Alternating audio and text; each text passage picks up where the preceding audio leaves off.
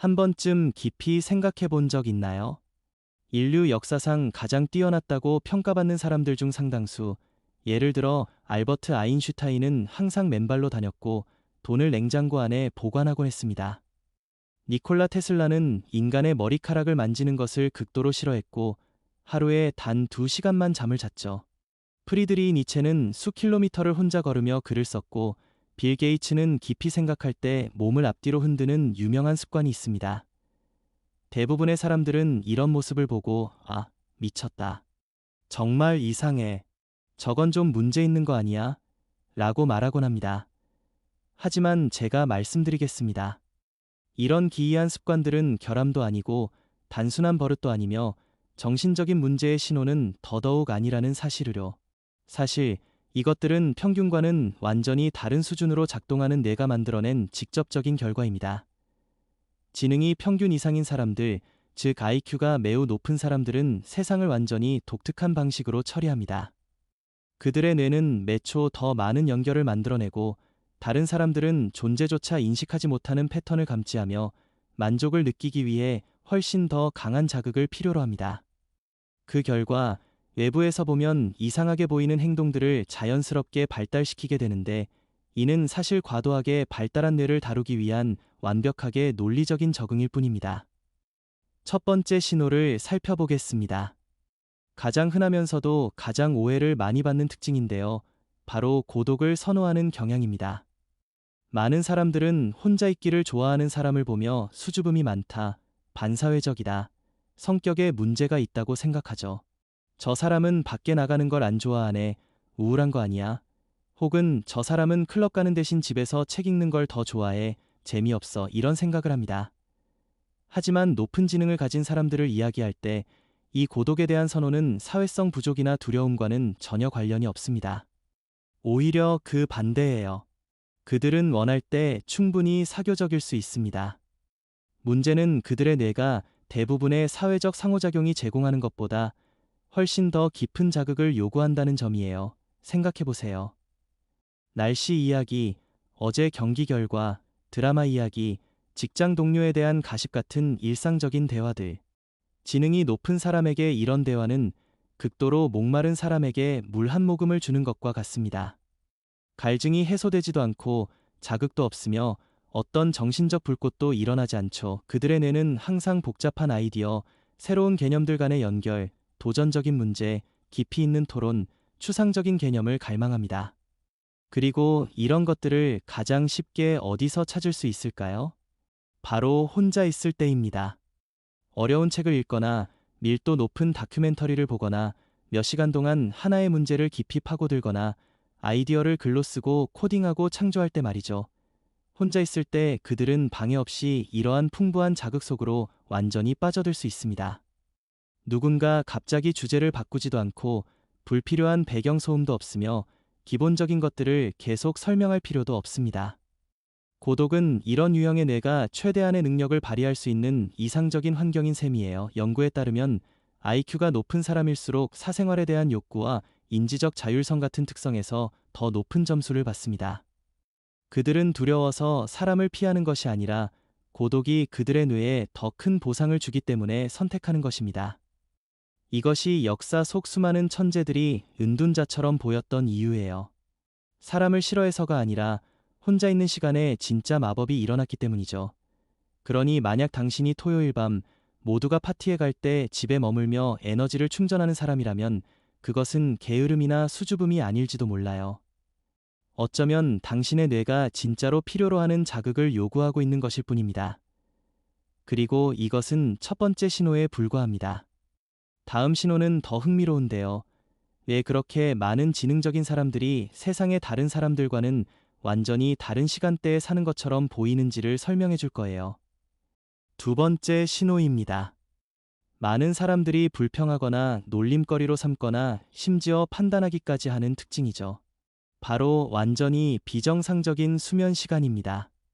해가 뜰 때 잠드는 사람, 주말에는 오후가 되어서야 읽는 사람, 아침 9시보다 새벽 2시에 훨씬 더 생산적인 사람, 이런 유형 말이에요. 이것은 게으름도 아니고 자기 관리 부족도 휴대폰 중독도 아닙니다. 특히 매우 지능적인 사람들의 경우 대부분은 순수한 생물학적 이유 때문이에요. 이를 전문 용어로 지연된 크로노타입이라고 부릅니다. 그들의 생체 시계는 단순히 대다수의 사람들과 다른 리듬으로 작동하도록 설계되어 있는 거죠. 벨기에 리에주 대학교, 스페인 마드리드 대학교를 포함한 여러 연구들이 수천 명을 대상으로 명확한 상관관계를 보여줬어요. IQ가 높을수록 야행성일 가능성이 커진다는 거였죠. IQ가 130 이상인 사람들은 일반 인구보다 올빼미형일 확률이 훨씬 높았습니다. 그 이유는 무엇일까요? 첫째, 고성능 뇌는 극도로 활발해서 쉽게 꺼지지 않습니다. 낮 동안의 햇빛, 도시 소음, 휴대폰 알림, 대화, 업무나 학업의 요구사항들은 이 뇌를 끊임없이 방해해요. 매번의 방해는 사고의 맥락을 전환하도록 강요하고 이미 초고속으로 정보를 처리하고 있는 뇌에게는 엄청난 에너지 소모를 일으킵니다. 하지만 밤이 되면 세상이 조용해지죠. 완전한 침묵, 울리지 않는 알림, 즉각적인 답변을 요구하지 않는 사람들. 그제야 마음은 제동 없이 자유롭게 흐르기 시작합니다. 가장 창의적인 연결이 나타나고 가장 복잡한 문제들이 풀리며 가장 독창적인 아이디어들이 바로 이 시간에 탄생해요. 여기에 진화적인 요인도 한몫합니다. 연구자들은 원시 사회에서 서로 다른 시간에 깨어있는 구성원들이 있는 것이 집단의 이점이 되었을 것이라고 봅니다. 누군가는 항상 깨어서 경계를 섰고 더 분석적이고 전략적인 사고를 할 수 있는 사람들은 밤의 역할을 맡았다는 거죠. 게다가 수면 호르몬인 멜라토닌은 지연된 크로노타입을 가진 사람들에게서 더 늦게 분비됩니다. 이것은 선택의 문제가 아니라 순수한 생리학입니다. 이런 뇌를 사회의 일반적인 아침 9시 출근 시간표에 억지로 맞추는 것은 포뮬러1 레이싱카를 하루 종일 1단 기어로만 달리게 하는 것과 같아요. 움직이긴 하겠지만 결코 그 차의 최대 성능은 아니죠. 역사 속 사례를 보면 니콜라 테슬라는 거의 잠을 자지 않았고 주로 새벽에 작업했습니다. 발자크 같은 유명 작가들도 자정부터 새벽까지 가장 중요한 작품을 써냈어요. 셀 수 없이 많은 최상위 프로그래머, 과학자, 발명가들이 야행성 천재들이었습니다. 그러니 만약 사람들이 당신을 보고 뱀파이어라고 부르고 밤 10시가 지나야 하루가 진짜로 시작되는 느낌이 들며 좀 더 일찍 자야 해라는 말을 수없이 들어왔다면 걱정하지 마세요. 어쩌면 그것은 당신의 뇌가 태어날 때부터 빛나도록 설계된 시간에 맞춰 작동하고 있을 뿐입니다. 그리고 이것이 바로 두 번째 신호였습니다. 다음 세 번째 신호는 많은 사람들이 우습게 보거나 심지어 민망해하는 것이지만 사실은 가장 강력한 인지 도구 중 하나에 관한 것입니다. 세 번째 신호입니다. 많은 사람들이 웃기거나 부끄럽다거나 심지어 정신이 이상한 징후라고까지 여기는 행동, 바로 혼잣말입니다. 혹시 누군가가 중얼거리며 자기 자신과 토론하거나 같은 문장을 반복하거나 자신이 하고 있는 일을 큰 소리로 설명하는 모습을 본 적이 있나요? 내 열쇠 어디 갔지? 분명 여기 두었는데. 아니, 잠깐만. 집에 와서 주머니에서 꺼내서 탁자 위에 놓았잖아. 아, 여기 있네.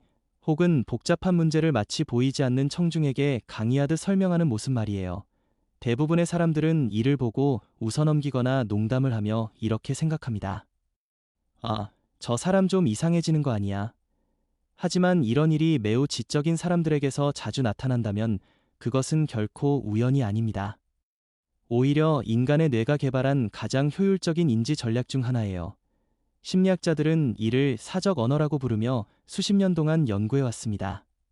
이스콘신 대학교와 막스 플랑크 연구소의 연구에 따르면 생각을 소리내어 말하는 행위는 여러 뇌 기능을 눈에 띄게 향상시킵니다. 복잡한 아이디어를 더 명확하게 정리해주고 동시에 여러 정보를 붙잡아두는 작업 기억력을 강화하며 논리적 오류를 더 빠르게 발견하게 하고 어려운 문제 해결을 수월하게 만들며 집중력을 높이고 산만함을 줄여줍니다. 아이들은 이 행동을 아주 자연스럽게 거의 항상 합니다. 이것이 바로 아이들이 스스로의 행동을 조절하고 배우는 방법이에요. 흥미로운 점은 대부분의 성인은 성장하면서 이 습관을 멈춘다는 겁니다. 말을 완전히 내면화하도록 학습했기 때문이죠. 그러나 인지 능력이 높은 사람들은 종종 이 습관을 유지하거나 오히려 더 강화합니다. 문제가 복잡할수록 실제적인 이점을 제공하기 때문이에요. 이렇게 생각해 보세요. 여러 겹의 추론, 수많은 변수와 가능성이 얽힌 사고를 전부 머릿속에만 유지하는 것은 엄청난 에너지를 요구합니다. 소리 내어 말하는 순간 추상적인 생각은 구체적인 형태로 바뀝니다. 청각 시스템을 활용해 사고 처리 과정을 한 단계 업그레이드하는 거죠. 마치 실시간으로 자기 생각을 디버깅하는 것과 같아요. 역사 속 위대한 사상가들 역시 늘 이런 방식으로 사고했습니다. 소크라테스는 혼잣말이나 상상의 대화를 통해 사실상 소크라테스식 문답법을 만들어냈어요. 많은 수학자와 물리학자들은 문제와 대화를 나눈다고 말합니다. 20세기 최고의 물리학자 중 한 명인 리처드 파인만은 아무도 없는 교실에서 가르치듯 복잡한 개념을 설명하는 것으로 유명했죠. 그는 어떤 아이디어든 소리내어 설명할 수 있을 때 비로소 진정으로 이해했다고 말했습니다.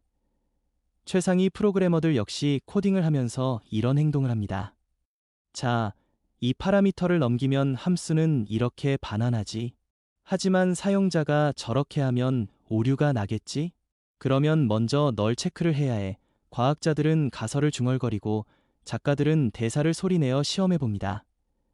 그러니 만약 당신이 운전 중에 샤워를 하면서 요리를 하면서 혹은 일하면서 혼잣말을 하고 그 때문에 핀잔을 듣거나 이상한 시선을 받아왔다면 이제는 부끄러워하지 마세요. 그것은 오히려 당신의 뇌가 최대 성능으로 작동하기 위해 고급 도구를 사용하는 증거일 수 있습니다. 더 중요한 사실은 연구에 따르면 사고가 복잡할수록 말로 표현하는 효과가 더 커진다는 점이에요. 즉, 사고력이 뛰어날수록 이 습관은 더 강력해집니다. 이것이 세 번째 신호였습니다. 이제 네 번째 신호로 넘어갑시다. 이 신호는 많은 뛰어난 사람들이 지나치게 예민해 보이거나 다른 사람들은 전혀 느끼지 못하는 것에 쉽게 짜증을 내는 이유를 설명해 줄 거예요. 네 번째 신호입니다. 이 신호는 종종 나약함, 유난 혹은 회복 탄력성 부족으로 오해받는 특징입니다. 바로 환경 자극에 대한 극도의 민감성이에요. 사무실 조명이 너무 밝다고 불평하고 에어컨 소음이 신경 쓰이고 사람이 많은 장소에 오래 머물지 못하며 강한 냄새나 옷에 거친 촉감에 예민한 사람을 떠올려 보세요. 대부분의 사람들은 이렇게 말합니다. 아, 유난 좀 떨지 마. 다들 그 정도는 참아. 하지만 높은 지능을 가진 사람들에게서 나타나는 이런 과민성은 결코 드라마나 유난이 아닙니다. 그것은 그들의 신경생물학이 최대 출력으로 작동하고 있다는 신호예요. 이 현상의 기술적 용어는 과흥분성입니다. 즉, 신경계가 평균보다 훨씬 더 강렬하게 반응하는 성향을 말하죠. 이는 긍정심리학에서 발전된 개념이며 영재 및 고지능 개인들을 대상으로 폭넓게 연구되어 왔어요. 이들의 뇌는 초당 더 많은 정보를 처리합니다. 그 결과 감각 자극을 훨씬 더 강렬하게, 더 선명하게 받아들입니다. 당신에게는 단순한 백색 소음인 배경 소리가 그들에게는 머리를 내리치는 망치 소리처럼 느껴질 수 있어요. 거의 인식되지 않는 형광등의 미세한 깜빡임이 그들에게는 끊임없는 플래시처럼 다가옵니다. 군중 속에서는 수십 개의 대화를 동시에 인식하고 미묘한 표정 변화, 목소리의 작은 떨림, 뒤섞인 냄새까지 한꺼번에 포착하죠. 마치 그들의 감각 필터가 훨씬 더 얇거나 혹은 아예 없는 것과 같아요. 대부분의 사람들이 자동으로 걸러내고 차단하는 정보들을 그들은 그대로 전부 흡수합니다. 이 능력은 패턴을 인식하고 미묘한 차이를 포착하고 세부 사항에 주목하는 데 탁월한 강점이 됩니다. 그래서 많은 뛰어난 사람들이 분석, 예술, 음악, 과학 분야에서 두각을 나타내죠. 하지만 그 대가로 그들의 뇌는 훨씬 더 빨리 과부하 상태에 빠집니다. 영재성과 정서적 요구를 연구하는 여러 기관의 보고에 따르면 높은 지능을 가진 사람들의 80% 이상이 적어도 한 가지 이상의 강한 감각적 과흥분성을 경험한다고 해요. 이들은 혼란스러운 환경에서 더 빨리 지치고 더 자주 휴식이 필요하며 회복을 위해 조용하고 어둡고 평온한 공간을 찾습니다. 이것이 왜 많은 천재들이 통제된 환경을 선호했는지를 설명해 줍니다. 아인슈타인은 거의 수도원과 같은 조용한 사무실에서 일했고 카프카는 완전한 침묵 속에서 밤에만 글을 썼으며 많은 프로그래머와 연구자들은 항상 노이즈 캔슬링 헤드폰을 필수품처럼 사용하죠. 이것은 결코 유난이 아니라 실제적인 생존 전략입니다. 또한 정서적인 측면도 있습니다. 그들은 대인관계의 미묘한 신호를 더 많이 인식하기 때문에 아주 작은 불쾌한 표정이나 목소리의 망설임에도 타인의 감정을 훨씬 강하게 느낍니다. 그 결과 감정적으로 과부하가 걸리는 사회적 상황을 피하게 되기도 해요. 그것은 차가움이 아니라 자기 보호입니다. 그러니 만약 당신이 집중하기 위해 절대적인 침묵이 필요하고 파티에서 일찍 자리를 뜨며 형광등보다 자연광이나 따뜻한 조명을 선호하고 옷에 라벨이 살짝 닿는 것만으로도 짜증이 난다면 스스로를 탓하지 마세요. 당신의 뇌는 세상을 고해상도로 처리하고 있을 뿐이며 그만큼 에너지 소모도 큽니다. 이것은 일종의 부작용을 동반한 초능력과 같아요. 대부분의 사람들은 이를 이해하지 못할 겁니다. 그들에게 세상은 표준 화질로 보이기 때문이죠. 이것이 네 번째 신호였습니다. 이제 마지막이자 가장 핵심적인 다섯 번째 신호를 알아볼 차례입니다. 이 신호는 진정으로 빛나는 마음과 그렇지 않은 마음을 가장 크게 가르는 요소이며 어린 시절에 시작되어 평생 멈추지 않습니다. 다섯 번째이자 마지막 신호입니다. 제 생각에 이 신호는 세상 그 어떤 것보다도 진정으로 뛰어난 지성을 다른 사람들과 구분짓는 핵심입니다. 그것은 절대로 결코 멈추지 않는 끝없는 호기심이에요. 라고 끊임없이 묻는 아이를 떠올려 보세요. 왜 하늘은 파란가? 왜 개는 꼬리를 흔들까? 왜 우리는 잠을 자야 할까? 왜 숫자 1 다음에는 2가 올까? 대부분의 아이들은 5살쯤까지 이런 질문을 하다가 어느 순간 멈춥니다. 사회는 질문할 시간이 따로 있다고 가르치고 어떤 것들은 그냥 그런 거야 라고 받아들이라고 말하며 질문을 너무 많이 하는 것은 귀찮거나 집중하지 않는 신호라고 여기니까요. 하지만 지적 잠재력이 정말로 높은 사람들에게서 이 호기심은 죽지 않습니다. 오히려 자라서 더 깊어지고 더 강해져요. 그들은 평생 동안 질문을 멈추지 않으며 단 한 번이 아니라 여러 겹의 를 던지며 문제의 핵심까지 파고듭니다. 그들은 피상적인 답을 받아들이지 않아요. 누군가 원래부터 그래 라고 말하면 그것은 그들을 만족시키기는커녕 오히려 불편하게 만듭니다. 마치 긁지 않으면 안 되는 정신적 가려움처럼 남아버리죠. 그들은 모든 것의 메커니즘, 원리, 논리를 이해해야만 합니다. 그리고 이것은 과학이나 지적인 주제에만 국한되지 않아요. 왜 어떤 음악은 그렇게 깊이 마음을 울릴까? 왜 사람들은 특정한 방식으로 투표할까? 왜 어떤 요리는 재료를 넣는 순서에 따라 결과가 달라질까? 왜 어떤 농담은 웃기고 어떤 것은 그렇지 않을까? 그들은 세상을 끝없는 퍼즐처럼 한 조각 한 조각 분해하려고 합니다. 영재성과 창의성에 대한 연구들은 높은 지적 잠재력을 지닌 사람들의 가장 일관된 특징 중 하나가 바로 이 강렬한 인지적 호기심임을 보여줍니다. 그들은 남에게 보여주기 위해서도 점수를 받기 위해서도 아닌 이해 그 자체가 보상이기 때문에 알고자 합니다. 그들의 뇌는 새로운 연결을 만들 때마다 이전에 미스터리였던 것을 이해하는 순간마다 도파민을 분비하죠. 리처드 파인만은 이렇게 말했습니다. 나는 틀린 답을 갖느니 차라리 의문을 갖겠다. 그는 노벨상을 받았지만 끝까지 호기심 많은 아이의 마음을 잃지 않았어요. 아인슈타인은 아무도 아직 질문하지 않은 문제들을 가지고 몇 시간씩 생각했습니다. 마리 키리, 레오나르도 다 빈치, 에이다 러브레이스. 이들 모두는 이해하고자 하는 이 끝없는 갈증에 의해 움직였습니다. 그리고 가장 흥미로운 점은 이 끊임없는 호기심이 종종 주변 사람들을 짜증나게 만든다는 거예요. 친구, 가족, 직장 동료들은 그것을 과하다고, 잘난 척한다고, 시간 낭비라고 생각할 수 있습니다. 그걸 왜 알아야 해? 그냥 놔둬. 하지만 그들에게 그냥 놔두는 것은 불가능합니다. 모르는 상태로 남아있는 고통이 알아내기 위해 드는 노력보다 더 크기 때문이죠. 그래서 만약 당신이 모든 것을 검색해보고 새벽 3시에 삶과 직접적인 관련도 없는 주제의 글을 읽고 유튜브나 위키백과의 끝없는 토끼굴에 빠지고 회의에서 모두가 불필요하다고 생각하는 질문을 던지는 사람이라면 축하합니다. 당신은 아마도 빛나는 지성이 지닌 가장 강력한 특성 중 하나를 가지고 있을 가능성이 높습니다. 세상은 표면에 만족하지 않는 사람들 덕분에 앞으로 나아가기 때문입니다.